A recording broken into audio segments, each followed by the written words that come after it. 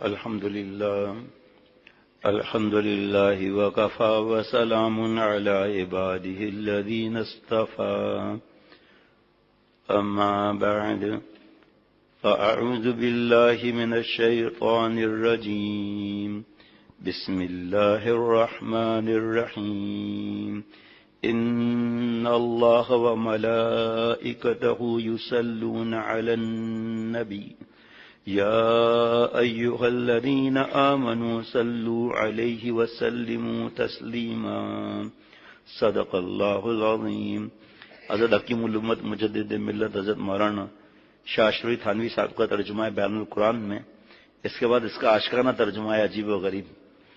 ابھی جو ترجمہ قرآن پاک کا ہے، بے شک اللہ اور اس کے فرشتے رحمت بھیجتے ہیں ان پیغمبر یعنی آپ صلی اللہ علیہ وسلم پر، اے ایمان والو تم بھی آپ پر رحمت بھیجا کرو اور خوب سلام بھیجا کرو تاکہ آپ کا حق عظمت جو تمہارے ذمے ہے ادا ہو جائے۔ اور درود شریف بڑی عبادت ہے بھائی، کہ درود شریف جو پڑھے تو بہت بڑی عبادت ہے، بہت بڑی عبادت ہے۔ 10 گناہ جھڑتے ہیں، 10 درجات بلند ہوتے ہیں، 10 نیکیاں ملتی ہیں۔ اور یہ ایسی عبادت میں ہے، پیارے شیخ فرماتے تھے، جس میں اللہ تعالیٰ کا نام بھی آتا ہے، آپ صلی اللہ علیہ وسلم کا بھی نام آتا ہے، اللہم صلی علی محمد، تو اللہ کا نام بھی آ گیا اور آپ صلی اللہ علیہ وسلم کا نام بھی آ گیا۔ صلی اللہ علی النبی الامی، آپ کا نام بھی، اللہ تعالیٰ کا نام بھی آ گیا۔ اور جو اس کا ترجمہ بیچارے سادگی میں کرتے ہیں، تو فرمایا اس کی تفسیر میں حضرت حکیم الامت مجدد ملت مولانا شاہ اشرف صاحب تھانوی رحمۃ اللہ علیہ تحریر فرماتے ہیں، اللہ تعالیٰ کا رحمت بھیجنا تو رحمت فرمانا ہے، اور مراد اس سے رحمت مشترکہ نہیں کہ سب ایک ہی رحمت سب پر آ جائے، اس سے اختصاص مقصود ثابت نہیں ہوتا، بلکہ رحمت خاصہ جو آپ کے شان عالی کے مناسب ہے، اور فرشتوں کا رحمت بھیجنا، جناب ملائکہ کا نام آ گیا نا، فرشتوں کا رحمت بھیجنا تو رحمت فرمانا ہے، اور مراد اس سے رحمت مشترکہ نہیں جو اللہ تعالیٰ کا خاص ہے، اس سے اختصاص مقصود ثابت نہیں ہوتا، بلکہ رحمت خاصہ ہے جو آپ کے شان عالی کے مناسب ہے، اور فرشتوں کا رحمت بھیجنا، اور اسی طرح جس رحمت کے بھیجنے کا مسلمانوں کو حکم ہے، اس سے مراد اس رحمت خاصہ کی دعا کرنا ہے، اس کو محاورے میں درود شریف کہتے ہیں۔ ترجمہ یہ ہے پورے دنیا کے بڑی بڑی تفسیروں میں، اور درود شریف بھیجنا ہے وہ ظاہری بات ہے، لیکن لوگ اس کو پڑھے اللہ تعالیٰ کے نسبت، فرشتوں کے نسبت، رحمت خاصہ، خاص رحمت، یعنی اللہ تعالیٰ کی رحمت بھیجنے سے مراد نزول رحمت ہے، اور رحمت بھی مشترکہ نہیں جو دوسروں کو بھی حاصل ہے، آپ صلی اللہ علیہ وسلم کے لیے خاص ہے، بلکہ وہ رحمت خاصہ مراد ہے جو حضور صلی اللہ علیہ وسلم کی شان عالی کا شان ہے، اور جو مخلوق میں سوائے آپ صلی اللہ علیہ وسلم کی کسی اور کو حاصل نہیں۔ تو کتنی بڑی بات ہے، دیکھیں جن کو نہیں معلوم بیچاروں کا وہ کتنا محروم ہے اس بات سے، فوراً لڑائی جھگڑا شروع کر دیتے ہیں۔ لڑائی جھگڑے سے تھوڑی مسئلہ حل ہوتا ہے، بیٹھو تو صحیح نا، کچھ آپ سکھاؤ، کچھ ہمارے علماء سے سیکھو، باقی ایک دوسرے کو دور کرنا، گالی دینا، کافر کہہ دینا، ٹشو دینا۔ اگر 99 دلیلیں ہوں، ثبوت ہوں کافر کے 99، اور 1% دلیل نہ ہو تو اس کو کافر نہیں کہہ سکتے ہیں، چہ جائے کہ اپنے بھائیوں کو کافر کہہ دیتے ہیں۔ اور فرشتوں کی رحمت بھیجنے سے مراد یہ ہے کہ اس رحمت خاصہ کی دعا کرتے ہیں، اور آیت میں آگے مومنین کو جو رحمت بھیجنے کا حکم ہو رہا ہے، اس سے بھی مراد اس رحمت خاصہ کی دعا کرنا ہے جس کو عرف عام میں درود کہتے ہیں۔ اور آیت کا آشکارا ترجمہ یہ کرتا ہوں، سنیں، اللہ تعالیٰ اور اس کے فرشتے نبی صلی اللہ علیہ وسلم سے پیار کرتے ہیں، اے مسلمانوں تم بھی میرے نبی سے پیار کرو۔ اس کو کہتے ہیں آشکارانہ لطائف، آشکارانہ ترجمہ۔ اب جو عاشق بننا ہوگا اس کو مزہ آئے گا، جو عاشق بننا نہیں ہوگا وہ بیچ میں کوئی پکھ ڈال دے گا، حالانکہ وہ بتا رہے ہیں کہ یہ لطائف ہیں۔ یہ جناب کیا ہے، اللہ تعالیٰ اور اس کے فرشتے نبی صلی اللہ علیہ وسلم سے پیار کرتے ہیں، اے مسلمانوں تم بھی میرے نبی سے پیار کرو۔ اور سنائیں، حضرت مولانا فضل الرحمان صاحب گنج مراد آبادی رحمۃ اللہ علیہ صلی اللہ علیہ وسلم کا آشکارانہ ترجمہ یوں کرتے تھے، اللہ پیار کرے نبی صلی اللہ علیہ وسلم کا اور سلامت رکھے ان کو۔ جناب مفتی اعظم مفتی شفیع صاحب رحمۃ اللہ علیہ نے اپنی تفسیر معرف القرآن میں اس آیت کی تفسیر کے ذیل میں لکھتے ہیں کہ اصل مقصود آیت کا مسلمانوں کو یہ حکم دینا تھا کہ رسول اللہ صلی اللہ علیہ وسلم پر صلاۃ و سلام بھیجا کریں، مگر تعبیر اور بیان میں اس طرح فرمایا کہ پہلے حق تعالی نے خود اپنا اور اپنے فرشتوں کا رسول صلی اللہ علیہ وسلم کے لیے عمل صلاح کا حکم فرمایا، اس کے بعد عام مومنین کو اس کا حکم دیا، جس میں آپ کے شرف اور عظمت کو اتنا بلند فرمایا کہ رسول اللہ صلی اللہ علیہ وسلم شان میں جس کام کا حکم مسلمانوں کو دیا جا رہا ہے وہ کام ایسا ہے کہ خود حق تعالی اور اس کے فرشتے بھی کرتے ہیں۔ جناب واہ واہ واہ، کیا اللہ تعالیٰ نے حضرت والا کو نعمتیں دی تھیں اور کس طرح چھپ گئی، ماشاءاللہ اس کا فائدہ ہو رہا ہے۔ جناب تو عام مومنین جن پر رسول اللہ صلی اللہ علیہ وسلم کے احسانات بے شمار ہیں، ان کو تو اس عمل کا بڑا اہتمام کرنا چاہیے۔ اور ایک فائدہ اس تعبیر میں یہ بھی ہے کہ اسے درود و سلام بھیجنے والے مسلمانوں کی ایک بڑی فضیلت یہ ثابت ہوئی کہ اللہ تعالیٰ نے ان کو اس کام میں شریک فرما لیا۔ دیکھو یہاں پتہ نہیں لکھا ہے نہیں لکھا ہے، مجھے حضرت کی بات مزیدار یاد آ رہی ہے، یہ بھی حضرت کا ہی ملفوظ ہے۔ شیخ العرب العجم عارف باللہ حضرت مولانا شاہ حکیم محمد اختر صاحب رحمۃ اللہ علیہ، جن کا غلام جن کے قدموں کی خاک، شاید آگے لکھا ہو لیکن آپ کو میری عادت پتہ ہے جلدی بول دیتا ہوں، پھر آگے زیادہ تر لکھا بھی ہوتا ہے۔ فرمایا یہ بتاؤ، ایک اتنا امیر آدمی، اتنا امیر اور سخی ہو، اس کے ساتھ پارٹنرشپ آپ کرو گے تو کبھی نقصان ہوگا؟ تو جس کام میں اللہ خود شریک ہے اس میں ہمیں اللہ حکم دے رہے ہیں تو ہمارا خسارہ کدھر ہے؟ درود ابراہیمی پڑھے ہوئے کتنا عرصہ ہو گیا؟ میں اپنی بات کرتا ہوں،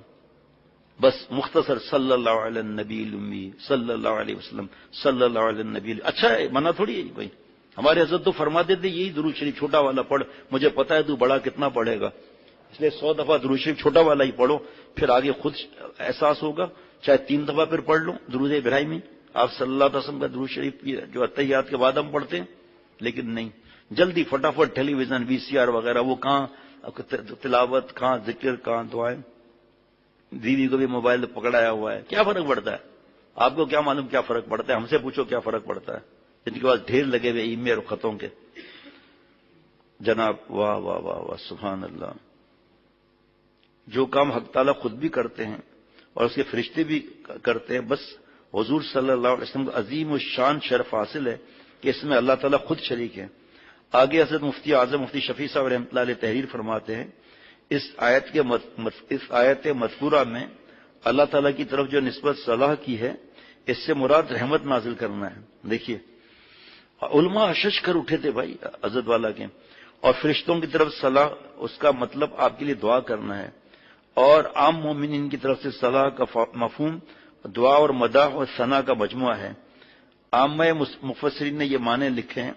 اور امام بخاری رحمۃ اللہ نے یہ نقل کیا ہے کہ اللہ تعالیٰ کی صلاح سے مراد آپ کی تعظیم اور فرشتوں کے سامنے مداح و ثنا ہے،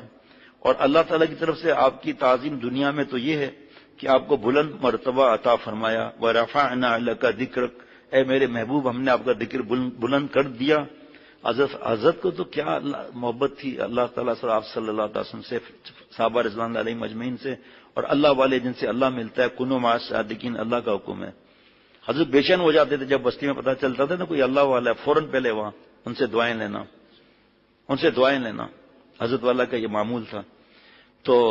فرمایا کہ صحابہ رضوان اللہ علیہم اجمعین نے آگے عرض کیا، ہاں حضرت نے فرمایا دیکھو اللہ فرما رہے ہیں وَرَفَعْنَا لَكَ ذِكْرَكَ، اے میرے محبوب ہم نے آپ کا ذکر بلند کر دیا۔ اللہ نے یہ نہیں فرمایا ذکر بلند کر دیں گے، اس میں تو انتظار ہوگا نا، محبوب کا انتظار کرایا جاتا ہے کہ انتظار میں تکلیف ہوتی ہے۔ صحابہ رضوان اللہ علیہم اجمعین نے عرض کیا کہ محبوب صلی اللہ علیہ وسلم آپ کا ذکر کیسے بلند فرمایا اللہ تعالیٰ نے؟ وہی حدیث قدسی اللہ نے فرمایا اذا ذکرت ذکرت معی، اے میرے محبوب جہاں جہاں میرا نام آئے گا وہاں آپ کا نام بھی آئے گا۔ آج کوئی مسلمان ہونا چاہے 10 کروڑ مرتبہ کلمہ پڑھ لے اور محمد الرسول اللہ نہ کہے، قبول نہیں ہے۔ میں مؤذن جہاں جہاں اشہد ان محمد الرسول اللہ کہے گا، وہاں جہاں جہاں اشہد ان لا الہ الا اللہ کہے گا، وہ اشہد ان محمد الرسول اللہ بھی کہے گا۔ مؤذن صاحب جہاں جہاں اشہد ان لا الہ الا اللہ، اشہد ان لا الہ الا اللہ، اشہد ان محمد الرسول اللہ، اشہد ان محمد الرسول اللہ کہے گا۔ 4 رکعت سنت پڑھ رہے ہیں، اتحیات کے بعد درود شریف بھول سے پڑھ لیا، آگے تک چلے گئے، سجدہ صاف کرو۔ ہمارے محبوب کا نام بھول سے لیتا ہے، چلو سجدہ صاف کرو۔ یہ آشکانہ باتیں ہیں یہ بھائی، یہ سب سنت پہ عمل نہیں ہے۔ جب آنکھوں کی حفاظت نہیں ہے، دل میں زنا کے خیالات ہیں، تو میں کیسے عاشق بن سکتا ہوں بھائی؟ امام بخاری رحمۃ اللہ نے یہ نقل کیا ہے کہ اللہ تعالیٰ کی صلات سے مراد آپ کی تعظیم اور فرشتوں کے سامنے مدح ثنا ہے، اور اللہ تعالیٰ کی طرف سے آپ کی تعظیم دنیا میں تو یہ کہ آپ کا بلند مرتبہ عطا فرما دیا۔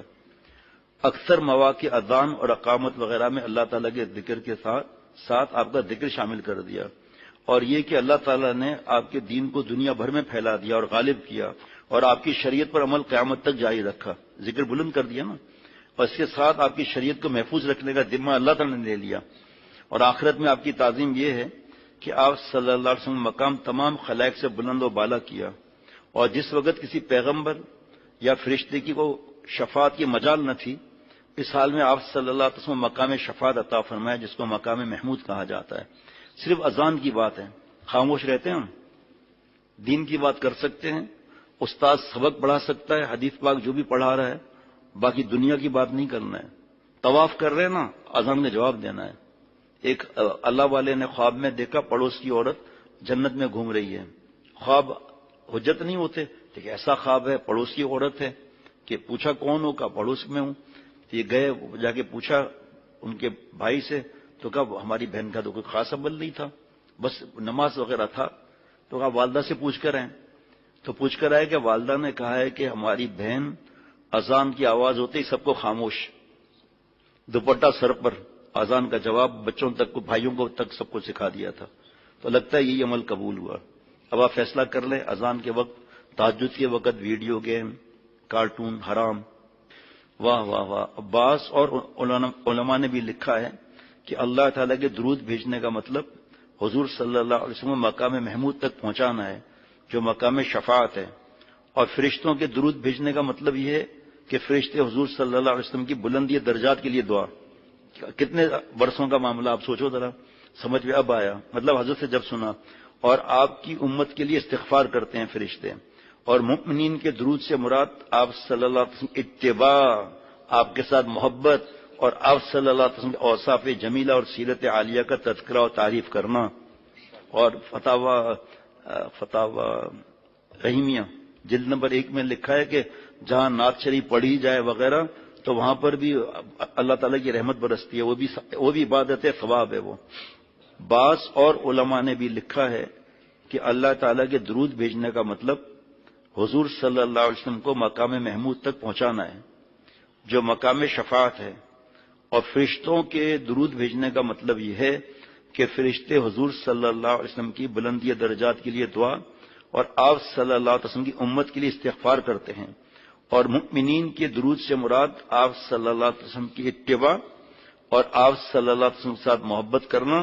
اور آپ صلی اللہ علیہ وسلم کے اوصاف جمیلہ اور سیرت عالیہ کا تذکرہ اور تعریف کرنا۔ اس آیت سے حضور صلی اللہ علیہ وسلم کی بے مثل محبوبیت ظاہر ہوتی ہے۔ اللہ تعالیٰ نے قرآن پاک میں بہت سے انبیاء علیہ الصلوۃ والسلام کی تعریف اور توصیف اور اعزاز و اکرام فرمایا۔